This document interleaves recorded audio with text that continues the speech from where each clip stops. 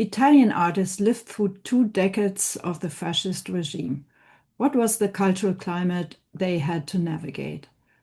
Welcome to Dr. Nicola Lucchi's presentation Under Il Duce's Shadow, Italian Art and Artists During the Fascist Regime. After the presentation, there will be time for Q&A, so please post your questions. I'm Rachel Stern, Executive Director of the Fritz Ascher Society for Persecuted, Ostracized, and Banned Art based in New York. I'm honored to introduce today's speaker. Nicola Lucchi received his PhD in Italian Studies from New York University in 2016 and taught Italian language, literature, and culture as visiting assistant professor at Dickinson College and later as substitute lecturer and adjunct assistant professor at CUNY's Queens College. He served as executive director of the Center for Italian Modern Art in New York, managing the center's exhibitions, cultural programs, and its research fellowships for graduate and postgraduate scholars. In 2024, he became Director of Research and Education at Magazzino Italian Art in Cold Spring, New York, where he oversees the library, the fellowship program, and the museum's publications, as well as the activities of its education center. His research has appeared in scholarly journals, edited volumes, and exhibition catalogues with a focus on Italian Futurism, the dialogue between poetry and the visual arts, and the work of Bruno Munari. Besides his scholarship, he has curated exhibitions on Futurism, political propaganda, avant-garde advertising posters, Italian interwar architecture, and Piero Manzoni. Welcome, Nicola. Thank you, Rachel, for this invitation, and good morning or good evening to everyone in attendance, and thank you as well for being here today. Let me start the PowerPoint presentation that I will share with you. Can you confirm, Rachel, that it is visible? Yes, you just need, yeah. Perfect. Excellent. So today's talk is about artists who worked under a regime that sought to absorb culture without ever fully defining its limits. The overall series in which this presentation belongs is named Flight or Fight, which suggests a binary of possibilities for artists working under totalitarian regimes. But as we will see, Italian fascism often forced artists into a third position, one of endurance, one of negotiation, one of silence. There are three approaches that can still represent a form of resistance, but of course also one of compromise or cooptation. And I will try to illustrate the extent and complexity of this cultural landscape. There are a few driving questions that I would like for you to consider throughout the entire talk, and they are the following. When should we talk of art under fascism, and when instead should we refer to it as fascist art? Then we should consider what were the recurring themes and practices and rhetorical strategies that informed the work of fascist cultural leaders, and how did these artists and intellectuals navigate their relationship with the fascist regime? And what will appear, I didn't put it as a question, but there is also an idea of does this differ from how other totalitarian regimes operated? Certainly so. So I take that as a statement more than a question. Before we begin in earnest, I also want to acknowledge that my limited familiarity with this subject comes from my studies and from having previously curated two small exhibitions on this matter. But in all of that work, I have relied on the scholarships of many mentors and scholars, and in some cases, friends, whose expertise was fundamental in shaping my understanding. And because I know that this talk will be recorded, I wanted to include the covers of some important books here so that anyone interested in learning more about this subject in greater detail will be able later on to come back to these slides and search these titles independently. These are by no means an exhaustive but bibliography on the subject, but I hope these books will give you a sense of how the field has evolved since the 1970s. These are some of the Italian scholars and books that have been published in Italy.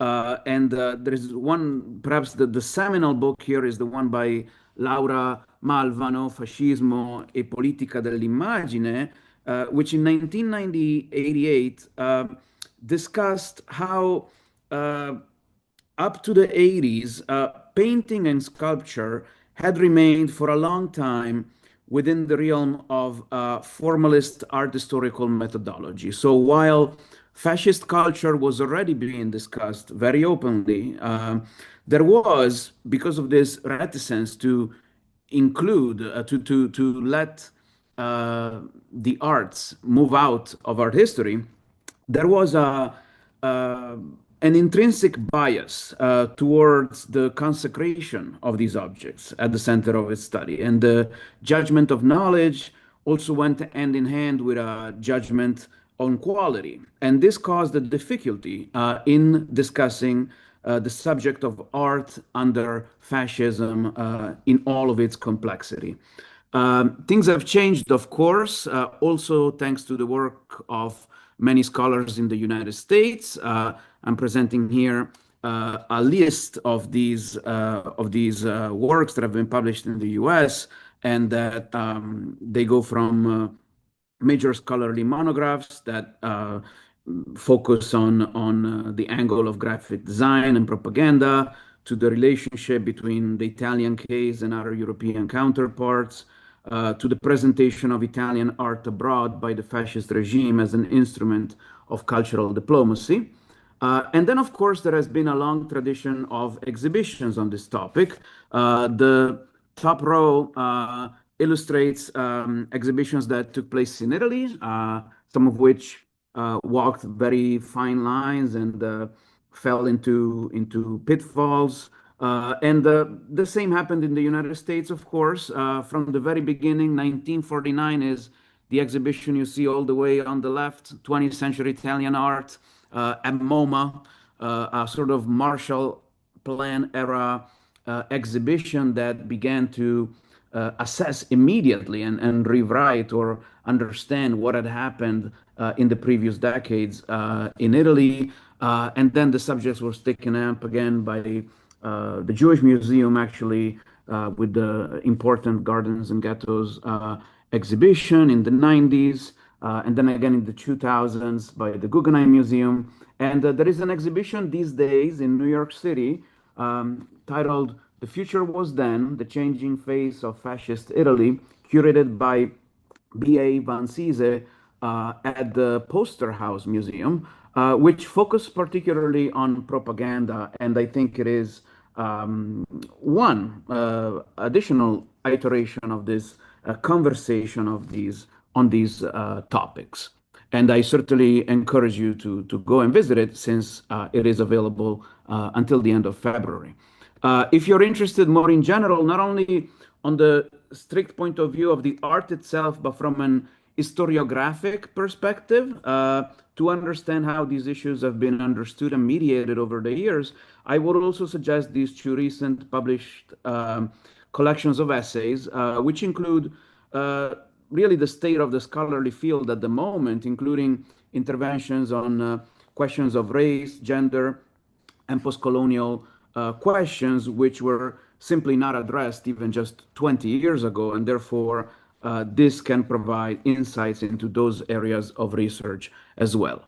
Now, these are the main points I will address today. I will give I believe that if you're joining this talk, you most likely are familiar, at least in passing, with fascism and what we are talking about. But I will give a few historical dates and events to situate the talk chronologically. Then we will discuss the contemporary art scene at the onset of fascism. Then we will focus on propaganda art. Then we will discuss state intervention in the arts under the fascist regime. We will discuss public art and public architecture projects, the ways in which the opposition happened through the arts, and finally draw a few conclusions. The idea here is not to enforce distinctions between propaganda or popular art and the fine arts for the elites and architectural projects. I understand all of these things as images that circulated in a discursive continuity. Fernando Tempesti reminded his readers in the late 1970s that the art of the 20th century is an art that artists discussed. It's an art that was rationalized by market forces. It lived in a system of relations. The work of Mario Sironi, one of the artists most often associated with the fascist regime, took place in a studio on an easel. It was part of major mural projects in public buildings of the regime, and then he worked on covers of magazines and journals and newspapers that were close to the regime. So all of these are continuities that speak to the interrelation between aesthetics and politics of any time, and that make us question, as Francesca Biliani wrote, the autonomy and the heteronomy of artworks from the historical moment in which they are created. In other words, we cannot say that art was separate from the historical and political moment of fascism and the spectacularization of politics that fascism pursued, insisted heavily on the visual, even if in ways that are different from other totalitarian regimes. What the fascist regime pursued was a totalitarian policy built on plurality of artistic trends. It was not a monolithic enterprise. For this reason and others, Hannah Arendt famously argued that fascism was authoritarian but not totalitarian, a claim that has been disputed by historians like Emilio Gentile. And I think that Gentile is right, because the result of fascist cultural policies is that they made everyone an accomplice in the regime's ideological operation, as these people were forced to act as cogs in what art historian Fabio Benzi has described as mechanisms of consensus. So let's take a start by looking at some basic dates for fascism. Fascism is established as a party in 1919. Mussolini organizes these fascist black shirts, which are basically rowing gangs of World War One veterans in many cases, which enact violence against workers that were on strike. Those were the years of the Red Biennium in Italy. There was a sense of fear that Italy might turn into a new Soviet Union. And with the support of industrialists and landowners, these fascist groups began to break this climate of protest that was enveloping the country, despite the fascism itself having started to some degree on a socially conscious political platform. By 1922, Mussolini orchestrates a sort of a coup, the so-called March on Rome, and he takes power in that way. In 1924, there is a very important and famous assassination of a socialist representative, Giacomo Matteotti, and this is a moment in which the regime really finds itself not being challenged any longer. They can kill a politician of the opposition and nothing happens. And that sort of gives free way to the instauration of exceptional laws in 1926, which establish single party rule, censorship of the press, abolition of non-fascist labor unions, and a special tribunal for crimes against the regime. In 1929, Mussolini also manages to reestablish relations between the Italian state and the Catholic Church. The Lateran Treaty established the recognition on the part of the Kingdom of Italy of the Vatican State. So it brings to an end a moment of really instability in the relationship between Italy and the church that had lasted some 50 years since the unification of the country. And this, in a way, gives the fascist regime a blessing, even from the Catholic Church, which, of course, increases its popularity and just reach throughout the whole population. Then in 1935-37, Italy launches into a colonial war of aggression against Ethiopia. These are years of great consensus, unfortunately, for the regime. And in 1938, Mussolini also promulgates Italy's racial laws, which affect both mixed marriages as well as it begins the definition of who is a Jew and all the discriminations that relate to Jewish people, Italian Jews, in the public sphere in terms of state jobs, teaching, and all sorts of other limitations. In 1940, Italy enters the World War alongside Nazi Germany and Hitler. What follows there is 3 years of defeats, which lead to Mussolini being ousted from power, being imprisoned. Part of Italy signs an armistice with the Allies, and yet Mussolini, who had been made prisoner, is freed by the Nazis that had occupied half of the Italian territory in the north, and they install him as the dictator of a fascist puppet state of Nazi Germany, which basically provokes a civil war in Italy with two parts, the south and the north of the country, fighting each other until 1945. Now, in this general historical picture, the contemporary art scene at the onset of fascism is one that is quite articulated. On the one hand, we had Futurism, which had lost many of its most important artists in the course of World War I, but nevertheless was still a force in the historical avant-gardes of the time. The emphasis on Futurism was on a complete embrace of modernity, of the ideas of cities and urbanism and industrial qualities, new materials in the arts, new architectures, new ideas, aggression, violence, electricity, and a complete change of the ways even in which literature was working. So you see there on the right a free wordist table in which letters take on a visual quality, onomatopoeia, all sorts of grammar rules have to be abandoned in favor of a complete reconstruction of the universe. And this reconstruction also happens in the living environment. So you have in the post-war era, futurist clothing, futurist furniture, all sorts of different initiatives under the aegis of futurism.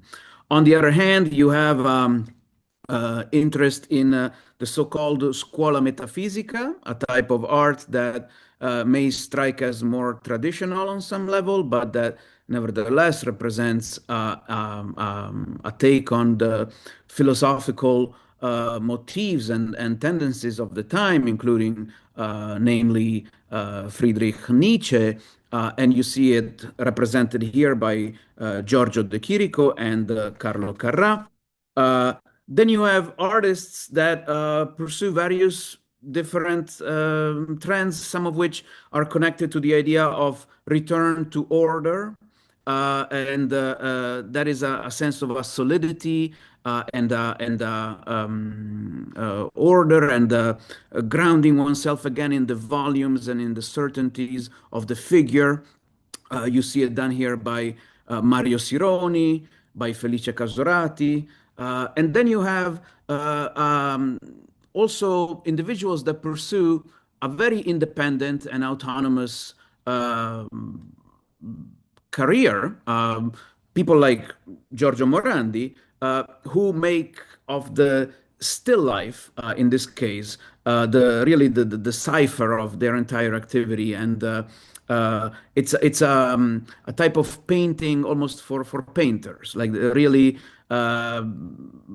a type of art that might strike as seemingly unconcerned with the historical reality of the time, but that, of course, is also part of that reality.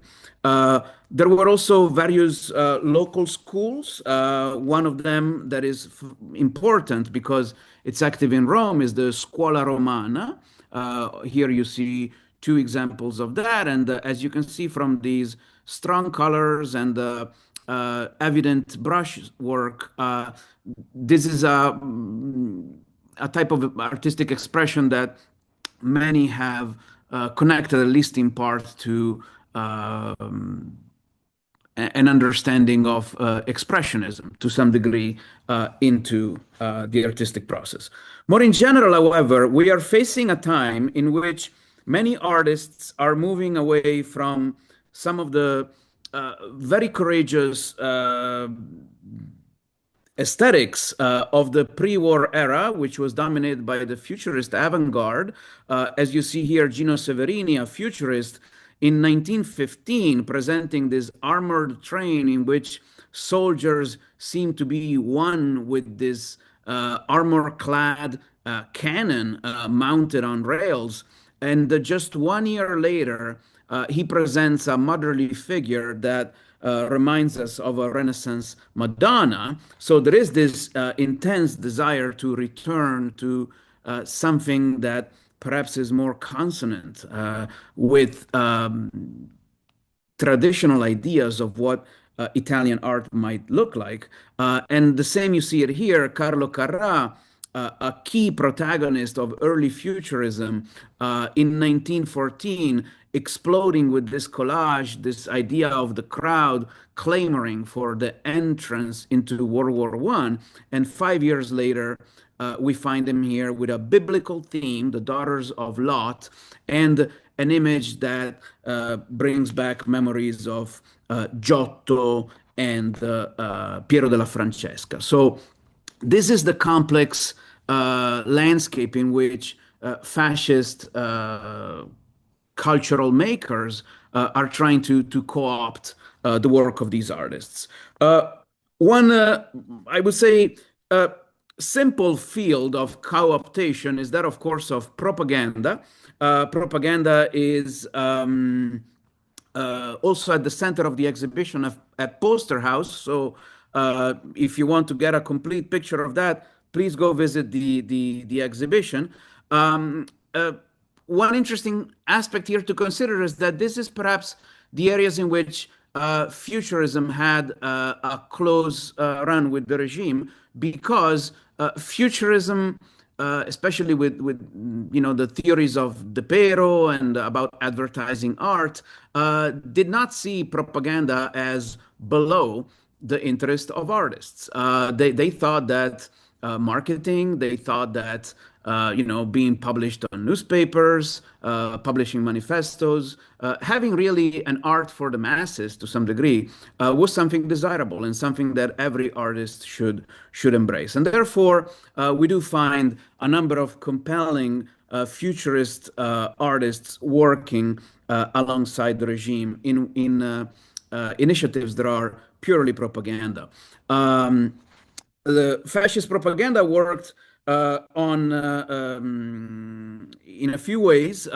One of them was to focus on symbols of fascism, namely the Roman fascist is, I would say, the most evident symbol of that. It's a symbol that speaks of authority. It was a a symbolic weapon that was carried in processions by Roman magistrates, and it identified ideas of strength through unity and the authority of the power of the state. You see it on the right as part of the symbol of the fascist party, but just to give you a sense of how common this symbol is, the second seal that you see, the coat of arms, that's the coat of arms of Cuba. And you can see in the back of the shield there is a fascist, and then there is the seal of the United States Senate, and you see there are two fascists right there at the bottom. So this is a very common symbology, which fascism turned very much into a sort of a corporate logo, like a brand of sorts. And the other big presence was that of the body of Mussolini, the figure of the leader, and the role that his body played in the context of the body politics of the nation. You see here also one thing that the exhibition at Poster House demonstrates well is the extent to which major Italian companies and industrial groups fell into the trap of fascist propaganda within their own commercial advertising. This is a phenomenon that we still see today, right? When there is one administration, marketing executives may wish to focus on certain images of inclusivity, for instance, or what is perceived as a favorite political message, and then another administration comes in, and we see pickup trucks with American flags and military planes flying over, which is an example of riding political consensus to make a quick buck, and a reminder that there isn't too much good faith in marketing, and that we should always be suspicious of what we're being sold. In this case here, you see how Fiat, for instance, named one of its cars Ardita. Ardita was the Arditi were a group within the military of Italy in World War One, which much of their symbols, etc., were appropriated by fascism.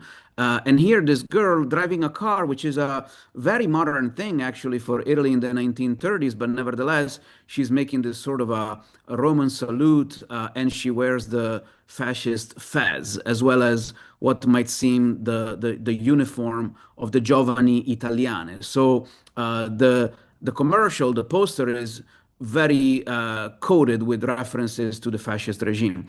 And more of that you see here on the right with the Fila, the Italian high-quality pencil, which turns into very kitsch, I will say, fascio, but it just gives you the sense of the extent of these efforts.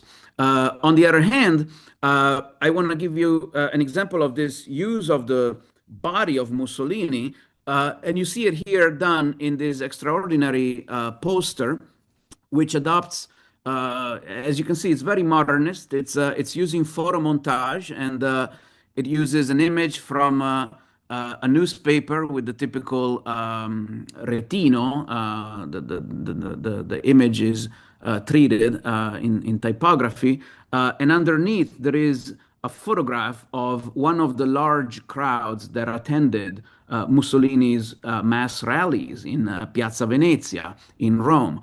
And this is a poster that was created for a general election in which Mussolini's candidates won some 99.84 consensus. Mind you, people could not actually vote for anybody, and there was only one party, but you could say whether you approved or not of the choices that had been made for you. And 99.84% of the people said, yes, we approve. So to celebrate that and to give this sense of the really transfer of the will of the people into the body and the mind of the leader, you have this corporeal relation between the sovereign and its people. Something that Ksanty Shavinsky, by the way, a Jewish Polish artist who had been part of the Bauhaus in Germany and escaped Hitler in 1933, uh, came to Italy thinking that it would be a better place and did not see a problem in 1934 to work for such a heavily charged political project such as this poster, which, as you can see, has references to the famous frontispiece of the Leviathan by Thomas Hobbes. And sure enough, 1 year later, he had to leave Italy under duress and then lived most of his life in the United States. So, for a long time, though, there was this perception that Italy presented a different case of totalitarianism than what was going on in both Nazi Germany and the Soviet Union.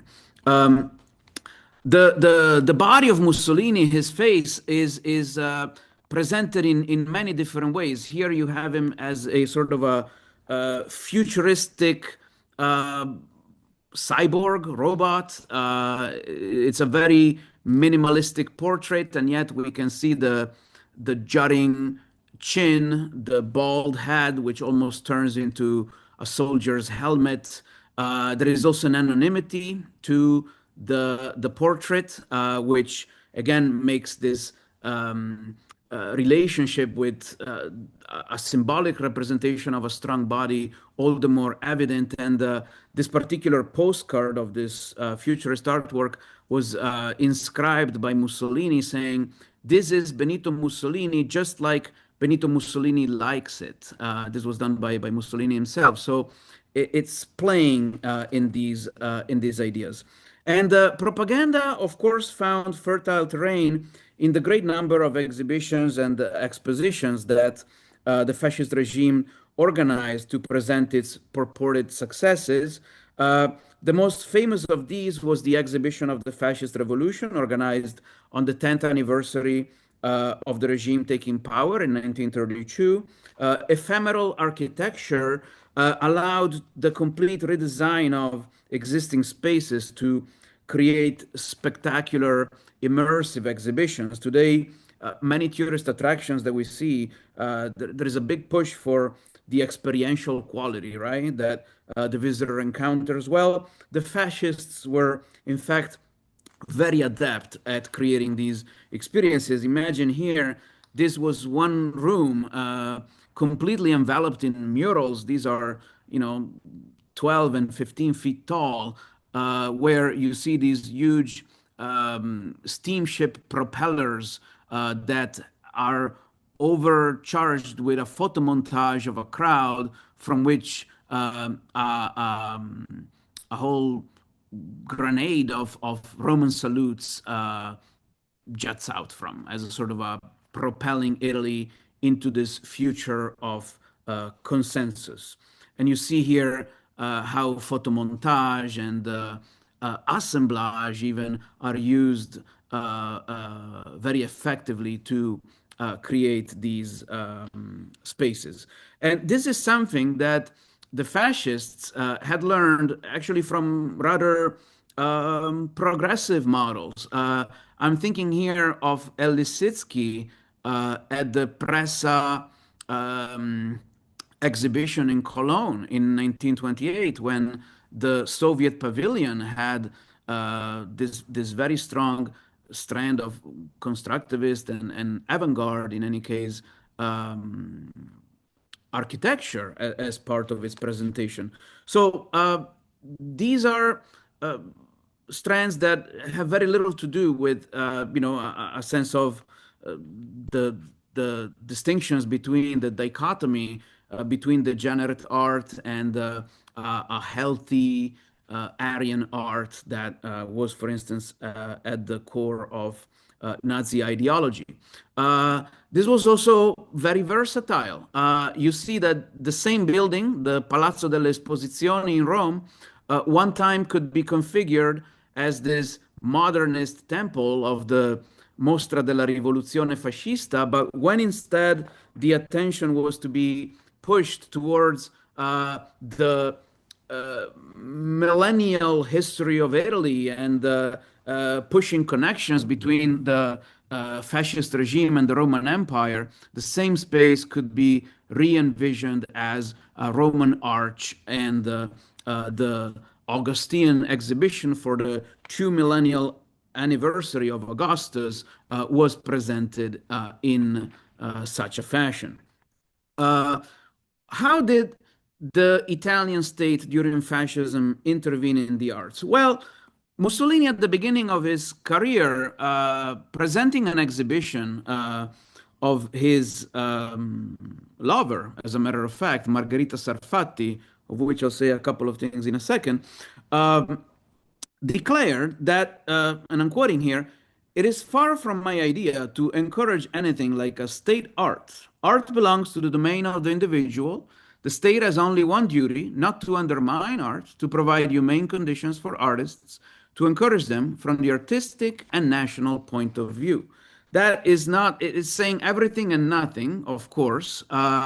There were, however, cultural policies that had an effect on the arts and on the kind of arts that was promoted. For instance, certainly among the rhetorical strands and the preoccupations that the fascist cultural makers had were the idea that Italy was a rural agrarian power. This was one of the main emphasis, and this could appeal to artistic movements such as Strapaese, which emphasized the return to solidity of landscape and figuration that was inspired by Giotto, Duce, and Piero della Francesca, but it was also an elevation of popular taste, of folklore, of popular culture.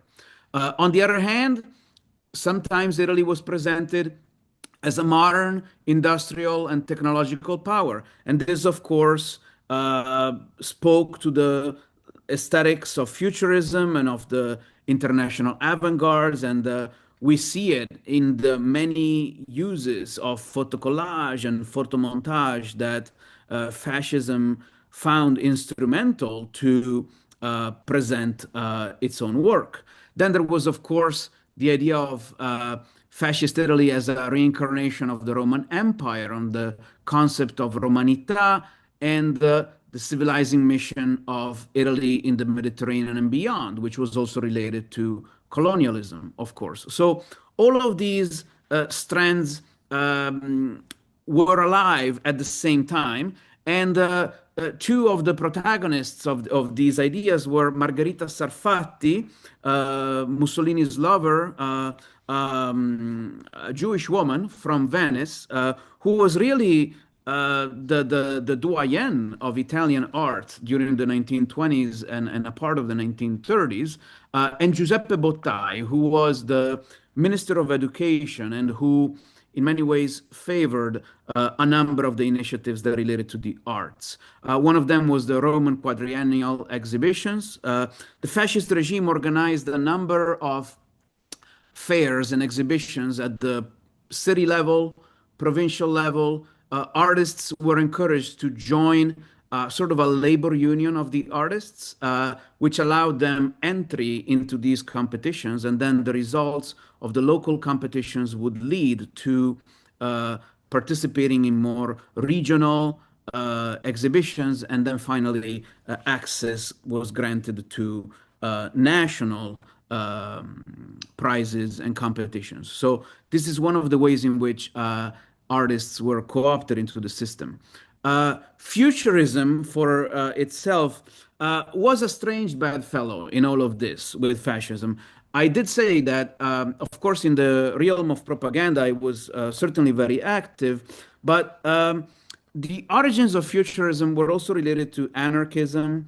Marinetti held the movement very tightly under its control as an impresario.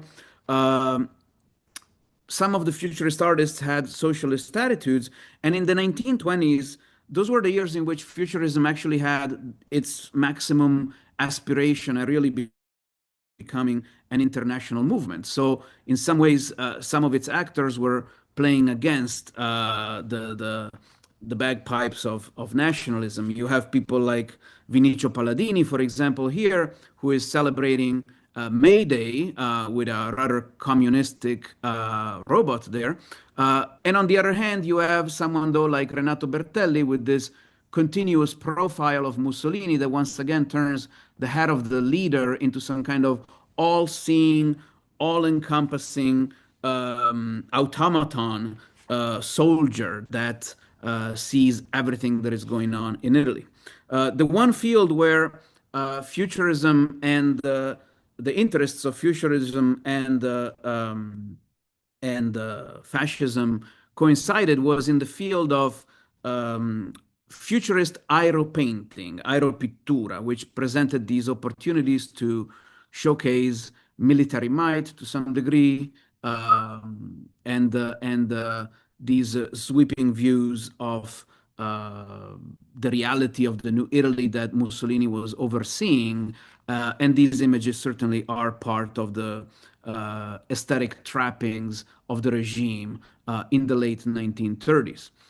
In terms of public art and public architecture, Italy had a long tradition of civic and public art, which is something that the regime learned both from the Catholic Church with its cathedrals filled with cycles of frescoes, but one also needs to think of the frescoes in the courts and in the city halls of Siena, Florence, Milan, Mantua, Ferrara to understand how the ambition of getting to the walls of cities was obviously there too for the fascist regime. And this was achieved in different ways. One field of intervention was that of archaeology, which instead of focusing on the stratigraphy of the complex historical sediments that characterize the urban fabric of Italian cities that are often 2,000 years old, they actually pursued a rationalization of the spaces that uh, tried to highlight a political continuity between the might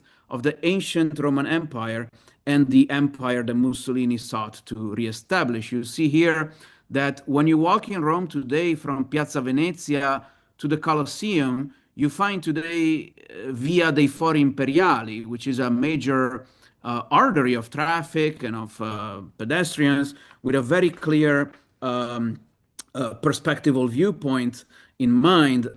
This was actually made in the 1930s, this road, and an entire neighborhood had to be raised so that one could walk with the flanking the Roman Forum on the one side and establishing this very obvious connection and genealogy between Palazzo Venezia, which was the headquarters of Mussolini in Rome, two elements of the Rome of the emperors.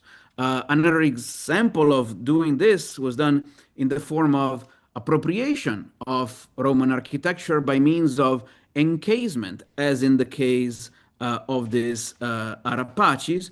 And in some other cases, we also see pastiche, where antiquity becomes a matter of materials and modules, namely in this case, white marble and the Roman arch, which are invoked as rationalized expressions of Italian civilization. This type of reclaiming also took place in colonial territories, where you see here Catholic Mass being celebrated in the middle of ancient Roman ruins in Libya under a flag of the Italian kingdom. And on the other side, still in Libya, on the road that connects Tripoli to Misrata, this Arch of Fileni by Florestano di Fausto. All of that creates complex images that are quite different from the kind of sanitized Nazi art we are familiar with when we think of the art of the regimes. This portrait of Mussolini is a futurist portrait. It's a futurist aero painting with Mussolini as an aviator. And you see also at the bottom here the presence of a crowd in Piazza Venezia and this aerial view of Rome with the Roman Forum finally opened and the Via dei Fori Imperiali lined out, connecting the past of the Colosseum to the present of Mussolini. Uh, the focus and the emphasis on modernizing the country was present in a number of projects that, as we see, are not particularly, they were done by all means under fascism, but they are really extraordinary monuments to architectural modernism, such as the train station Santa Maria Novella in Florence, where you see the heating plant here seems to be taken out of a constructivist drawing, and the quality of the materials used and the innovations are paramount. And yet, even in these spaces, take a look. On the one hand, you have cantilevered steel and the special glass imported from Northern Europe.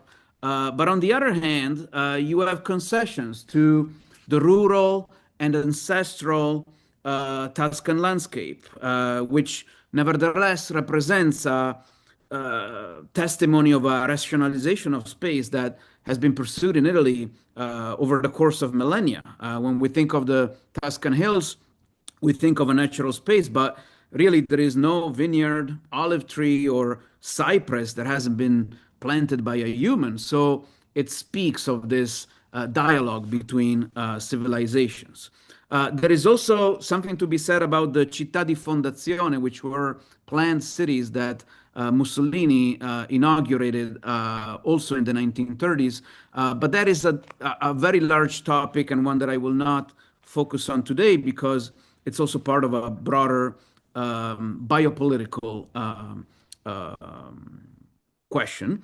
And I just want to show you again also some of these rationalists building. This is a fascist party headquarters, a very famous one in Como in northern Italy.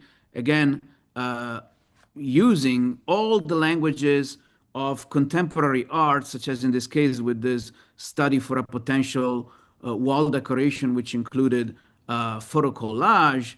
And the interior of the space was curated by major abstract artists. And you can see here the final rendition of the space, which is quite extraordinary in its incredible design, which is very modern and international, and yet the presence of the figure of the Duce through a photo collage, a photo installation, which presides at every meeting that would take place in this particular room. So again, mixing the presence of the regime in subtle or not subtle ways with the interventions that were, artistic in origin. What kind of opposition could one exercise in this context? Some of the forms of opposition are very subtle. In the case of a painting like this, which was refused at the Venice Biennale in 1928, what we see is a scene that is caught in this very, weird and alienating perspective on the sitters. Let's call them sitters. It's a scene of after an orgy. There is a putative presence of the male figure who was present with the hat and the gloves, which is it was established as a sort of a signifier of the presence of a romantic encounter. But the reason why this was one of the reasons why it was not approved by the regime as a work is that you see here, there is a cuff of a shirt, and on the cuff link, the artist had included the symbol of the fascist party. So it meant that the person who had taken part in this orgy was a fascist. And of course, that could not have been accepted. In fact, even the cufflink eventually was repainted. But it gives you a sense of the kind of attempts that some artists made of making a commentary in the realm of the high arts as to the political situation. Another artist, Carlo Levi, a Jewish fella from Turin, did art that often included portraits of people that had been either exiled or imprisoned, and in the case of Leone Ginsburg, also assassinated by the fascist regime.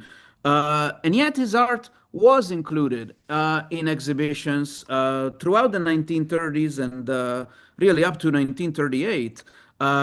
However, he was sent to internal exile, but for not for his art so much, but for his political activities. The portraits that I'm showing you here are portraits of individuals that were part of an anti-fascist group called Giustizia e Libertà. One of them was an exile in Paris, Aldo Garosci.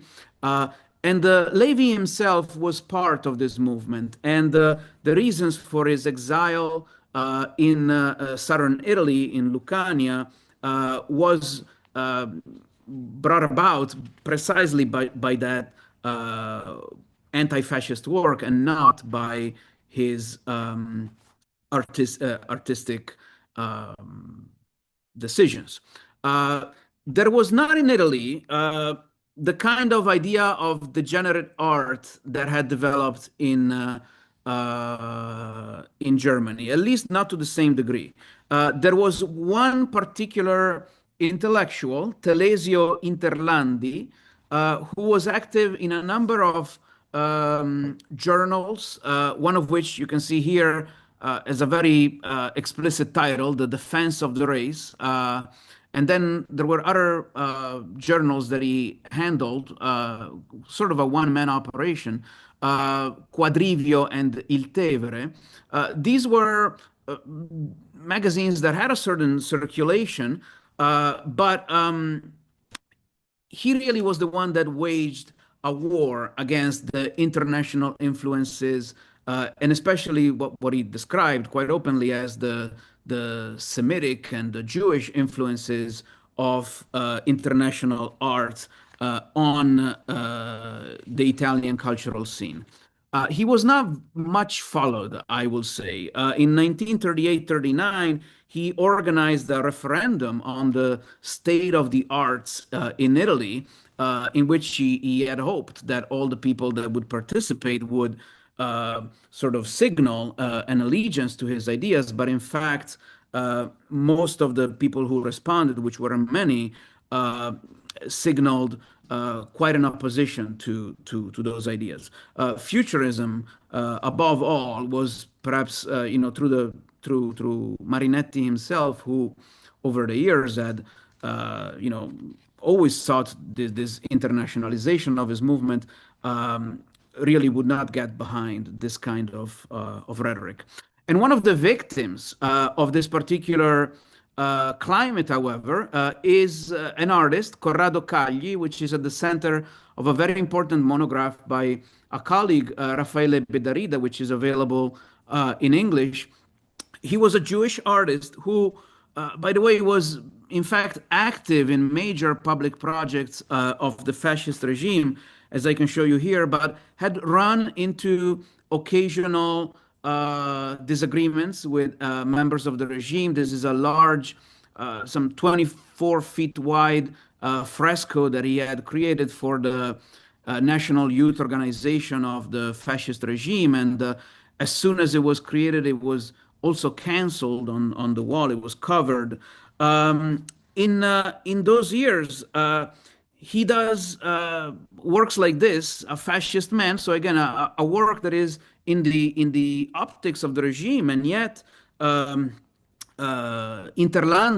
after 1937-38, attacks this type of work as Jewish, as really sort of degenerated of the kind of image that of the self-image that Italians should have should have of themselves and of the regime. And uh,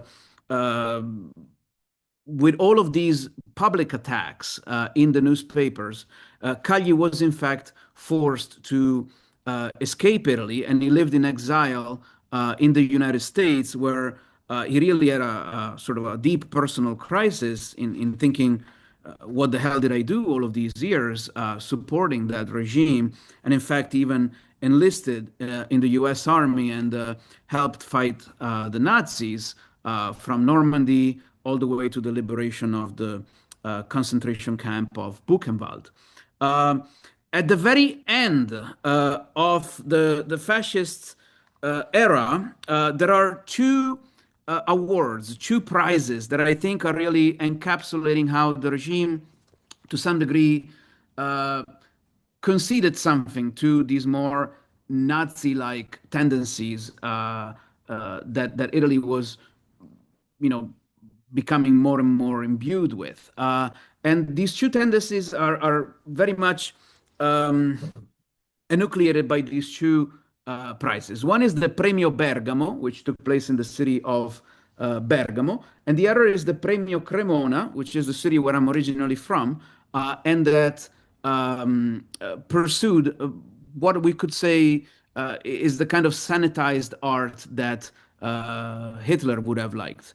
You see the first prize of the Premio Bergamo on the left, which is an artwork that is prized for formal qualities, despite the fact that you have, uh, uneasy male nudes in a studio in awkward poses, etc. Whereas on the right, the fascist third prize of the Premio Cremona goes to this representation of a solidly rural Italian family where the children are already indoctrinated in the regime and everyone is listening in religious contemplation to the radio as Mussolini speaks to the crowds. And to give you an idea, these paintings were presented without even the name of the artist, but the artists had to present their work with a fascist motto instead of their name. So really, even the individuality of the artist was submitted to the political mandate of the exhibition. This is something that happened only between 1939 and 1941 in Cremona.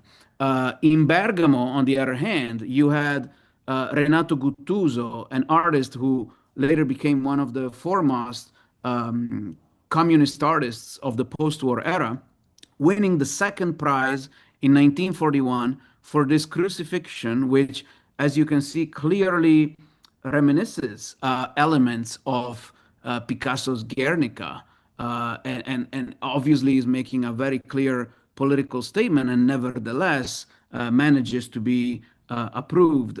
You see here some of the preparatory drawings even included a figure that is very reminiscent of Hitler in the front, the church being silent in the background in a similar way to the way Goya treated the role of the church in Los Fusilamientos. And the art of those years proceeded in these directions as the regime fell, and this language of realism and expressionism and references to Christianity took hold. And of course, then also the presentation of the horrors of the concentration camps. So where does that leave us? I will say two things only to conclude.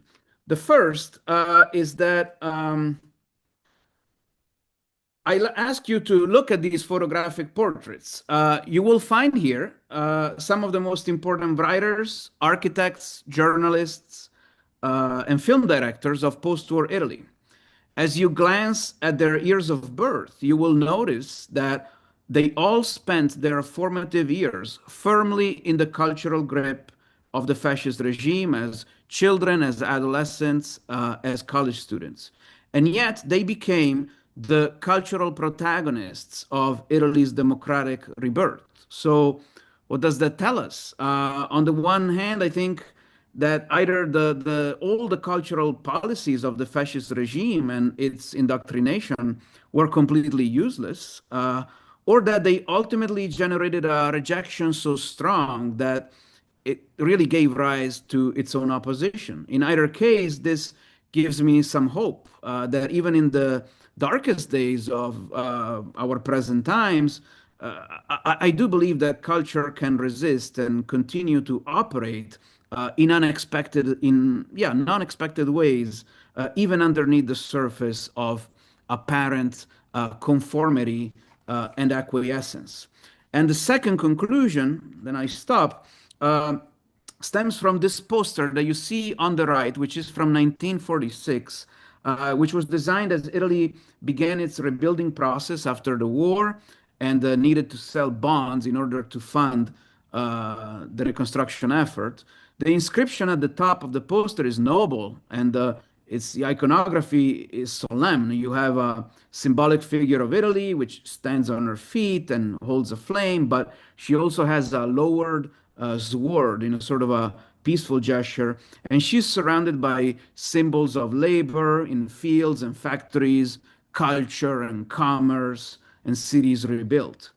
And I want to ask you, to what extent is this image different from the fascist murals on the left that you see that Sironi made and dedicated to labor in Milan in the 1930s? The same visual vocabulary of factory chimneys, the same arches, the same builders and farmers and Roman columns are present.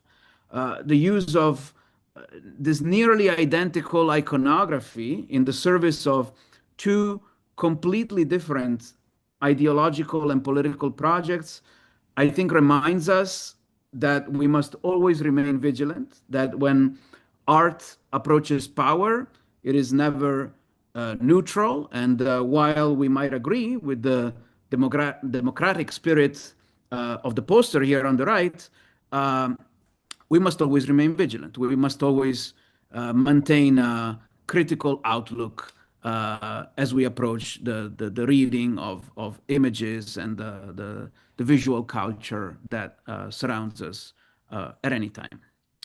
And with that said, I thank you for your attention. And if we have a few minutes for questions, I'd be happy to answer. But Rachel, you'll be the judge of that. Thank you so much, Nicola. We have a few questions here, and I'm glad that you take the time to talk to us a little bit because there was so much information packed into your presentation that yeah, we do have questions, and so Cordula is asking, many thanks for this great presentation. Would you mention Antonio Scorati's book for historical background of the rise of fascism? So that's a very It's certainly a good book. It is incidentally available in the bookshop at Poster House, the English translation. It's a novel, so let's keep that in mind. But it is told in a very interesting way. It's built on dates, it's built on the different characters, and really that animated fascism throughout the decades. Mussolini was, of course, the foremost leader, but not the only one. And the complexity of the approaches to politics, to culture, is certainly very visible in the book. It also traces an interesting line, which I haven't made here, with the role of Gabriele D'Annunzio and his rhetoric and aesthetics, and the role of Marinetti, the role of other leaders. So it's definitely a good book. There are several books in Italian. The whole novel is really a corpus of multiple volumes. I don't believe all of them have been translated yet in English, but it's time to start. That's how it seems, yes. So let's pedal back all the way to kind of very basic information. To what dates do you assign Italian Futurism? So, Italian Futurism begins in 1909 as a literary movement primarily. And it is perhaps today most known abroad as an artistic movement, but that doesn't really start until 1910, 1911. And the sort of the historical figures of futurism, Boccioni, uh, dies in the middle of World War One. He was something of a socialist. Carrà, another key figure, uh, lives on. He's an anarchist, but abandons the movement in 1916. Others move to Paris and again sort of abandon the movement. And After World War One, the movement goes through a reshuffling, so to speak, with a new generation of artists alongside some of the old ones that persist, like Giacomo Balla, and through the 1920s and 30s continues under the aegis always of Marinetti. But the movement is complicated, and a strand of it takes on this whole idea of futurist aero painting, which is indeed very close to the fascist regime. But like I said, other artists within the movement, like Ivo Pannaggi, Vinicio Palladini, leave Italy and escape because they were adamant leftists and really wanted nothing to do with sort of a fascist project. So usually futurism is the final date is given as the year of Marinetti's own death in 1944. So the we could say 1909 to 1944 with a sort of a point of a fissure in the project around the time of World War, at the end of World War One, when some of the original members either pass away or abandon the movement, and the movement is reshaped according to new energies and new initiatives. Mhm. Thank you. Um, do you conclude that fascism provided a particularly fertile condition for Italian art overall? Well, again, I think that what I do think is that the situation was very lively, regardless. This is, I feel this is one of those things where, oh, but Mussolini built the highways. Mussolini did this, Mussolini did that. Well, many governments did the same in the same years. FDR, the interstate highway system has its roots in the 1930s. I mean, those were just the years in which a number of public infrastructure projects were being undertaken around the world because of industrial and technological opportunities that were opening up. And in the same spirit, I think that Italy, of course, always had a lively artistic scene, and it is not surprising that it would continue to be that way under fascism. So, to some degree, I resist an idea that it was favorable for artists, but it was not styming in the same way that perhaps I mean, that certainly Nazism was, or even communism after Mhm. Stalin sort of forced everyone into the socialist, realist vocabulary Mhm. when it comes to artistic expression. One more thing that, no, I'll leave it at that. Okay. Um, when when Italy and Germany became allies, did Hitler try to influence Mussolini's cultural policies?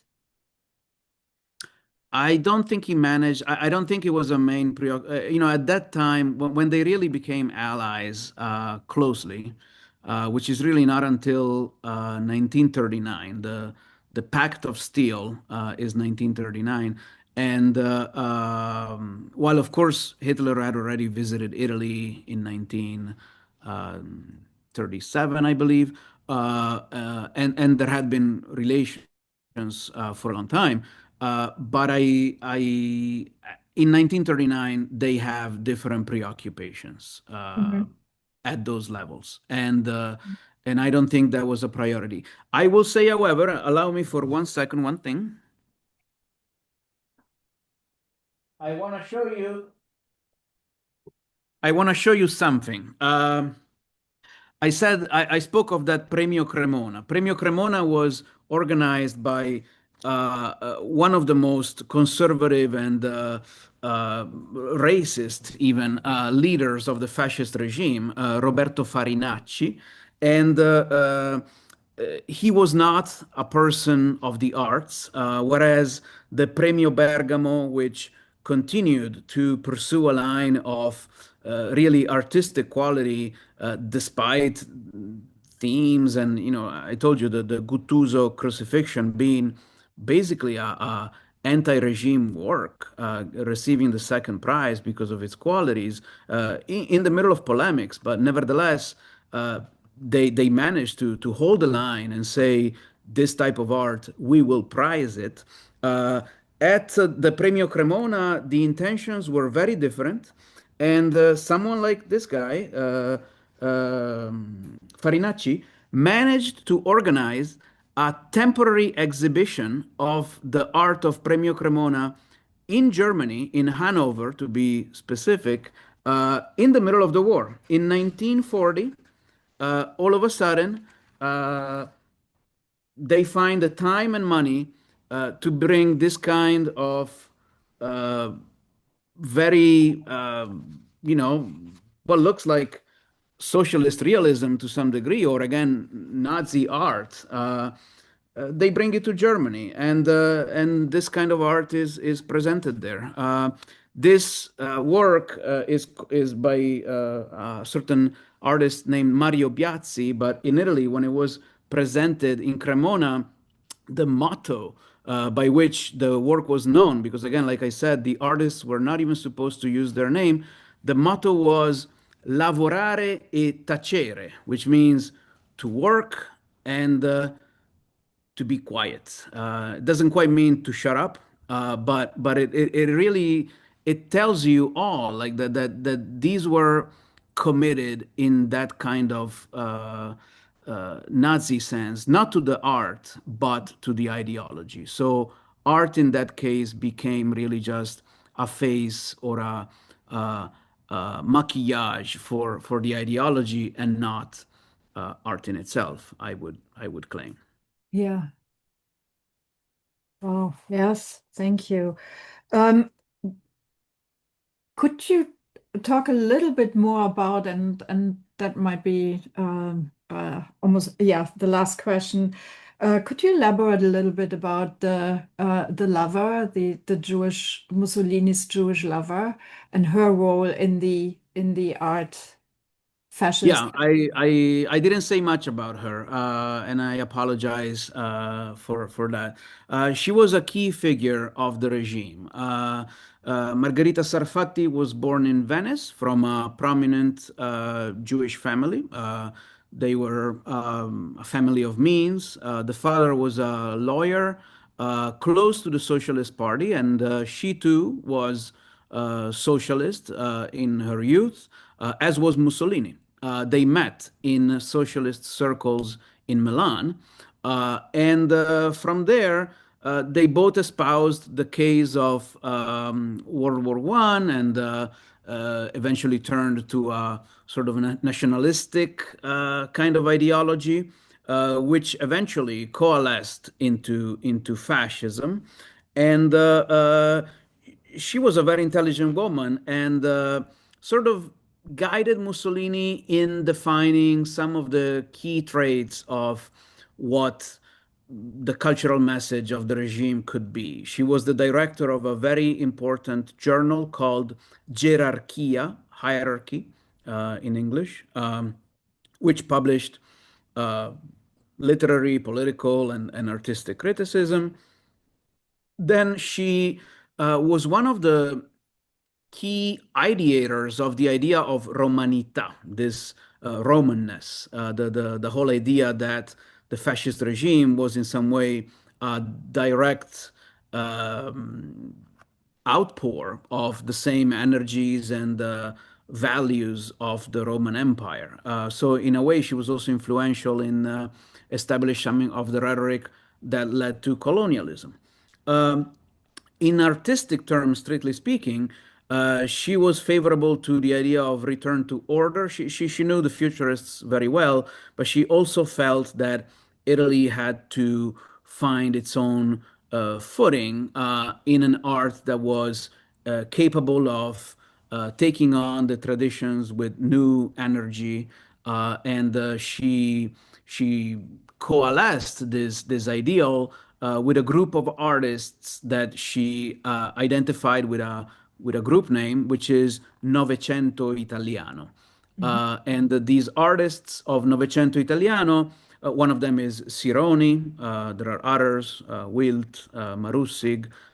They're not very well known today, and I did not include some of their work, although it would be important. But they were not like I wouldn't say that they represent again fascist art. They did not. Mussolini, of course, some of their work was chosen for public projects, for murals, for but so was the work of Cagli, who happened to be Jewish and gay, for that matter. It's hard to say that only one movement, and because it was supported by the lover of Mussolini, was favored over others.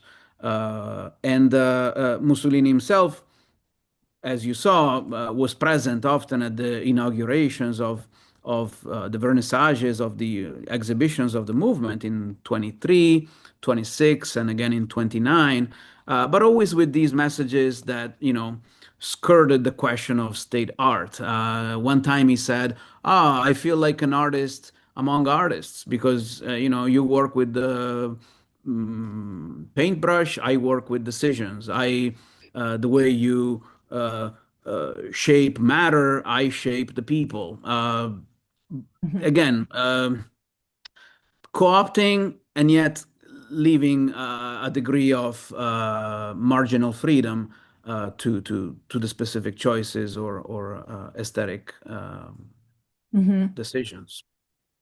So how, And she yeah. fell from favor eventually. She wrote a very famous biography of Mussolini, which was a bestseller in Italy and got translated in many languages, including English. And at one point in the early 1930s, I want to say 34, but I'm not 100% certain right now. I cannot recall, unfortunately. But she left Italy for a number of several months on a book tour to present this book in Latin America and in the United States. At the return from that trip, the situation in Rome had changed, and she found herself increasingly isolated and not in the inner circle of Mussolini, uh, and uh, and then of course the racial laws came into the books, she was not in any way, of course, supportive of that. Although she was herself, she had some racial ideologies, but then, of course, realized how toxic those could be, and eventually she fell a victim of it. She left Italy during World War II, and her sister, I believe, passed away in a concentration camp. So uh, it just tells you of yeah, a dramatic personal Yeah. parabola. Yeah. So how rigidly were the racial laws followed? Like uh how dramatically were Jewish artists persecuted and interned and murdered by or deported and murdered by the Italian regime? Somewhere. There were some architects that fell victim. So the deportation of Jews in Italy started in significant ways after 1943, when the puppet state, the so-called Italian Social Republic, was installed in northern Italy, all the way down to really to south of Rome, to Naples at one point, and the Nazis were occupying the territory. So at that time, the largest rounding up operations and deportations took place, with the full support of many Italians who were keen on denouncing their Jewish neighbors. Of course, not everyone, but many did, and people were rounded up and brought to concentration camps. Uh, they were brought not for their artistic work or for their. It wasn't about that. It was a matter of having been Jewish. Uh, or in some cases, it was a matter of being part of the resistance movement. That is the case of Primo Levi. Primo Levi, at one point, he was hoping to say that he was well. He was Jewish, of course, but he thought that it would have been more dangerous for him to admit that he was part of the resistance than of saying that he was Jewish. And others, like Aldo Carpi, I showed one of his drawings at the end of the presentation. Aldo Carpi was a major figure. He was the professor who had the chair of painting at the Academy of Brera in Milan. He was of Jewish origins. However, he was a convert to the Catholic faith, and in fact, he was quite a believer. And he was, however, also a partisan, and he was protecting many partisans. And he was taken for those activities. So he was a political prisoner, more than one, identified either for cultural, artistic, or for racial prejudices. Um, yeah, this is the story of many, but again, not specifically because of the artistic output. Yeah. Thank you so much. We went quite over time. Thank you for all these taking the time for your presentation and also all these questions. And I know we could go on very much longer. I want to conclude with some feedback here from our audience. Excellently organized, illustrated, and articulated, an extremely insightful lecture. Or Many thanks for this great presentation. And thanks, bravo, grazie, Oh, fantastic yeah. presentation. So Everyone is too thank kind, too kind. There will be many more things to say, and I really suggest everyone to once this will be available as a recording. I cannot do in 1 hour justice to the amount of scholarship that in fact exists on this subject, and that it's of great quality.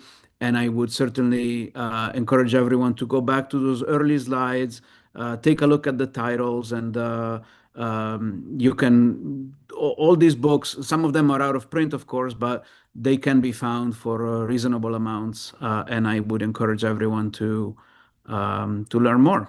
There's more to learn, not from me, but from those that really do the hard work of putting pen to paper. Thank you so very much, Nicola. And everybody be well and see you again soon. All the best. Thank you. Bye.